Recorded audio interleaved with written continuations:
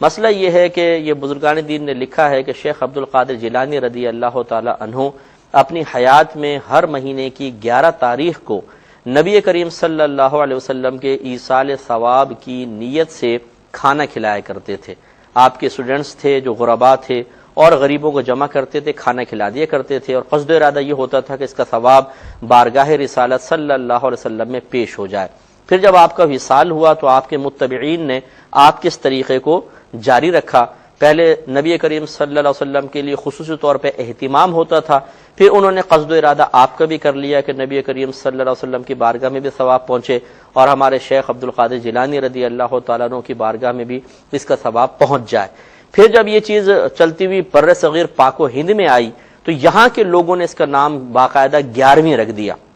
یہی وجہ ہے کہ بعض مخصوص علاقوں میں یہ 11ویں مشہور ہے، باقی آپ عرب کنٹریز میں چلے جائیں وہاں کوئی جانتا بھی نہیں کہ 11ویں کسے کہتے ہیں۔ اب جب اس کے اصل کے اعتبار سے آپ دیکھیں گے تو یہ حقیقتاً ایک بزرگ کے ایصال ثواب کے لیے کیے گئے اہتمام کا نام ہے کہ ہر مہینے کی 11 تاریخ کو چونکہ ہوتا تھا اس لیے اس نسبت سے 11ویں نام رکھ دیا، اور وہ کھانا کھلا دیتے ہیں لوگ یا پانی وغیرہ پلا دیتے ہیں، منقبت وغیرہ بیان کر لیتے ہیں، فضائل و کمالات بیان کر لیتے ہیں، اور مقصود یہ ہوتا ہے کہ ان تمام جو محفل کا ثواب ہے یہ فلاں بزرگ تک پہنچ جائے۔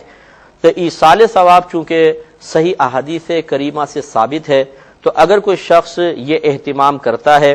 اس کو فرض یا واجب نہ سمجھے اور 11 تاریخ کو ہی ہوگی یہ بھی نہ سمجھے، کوئی لازم و ضروری نہ ٹھہرائے،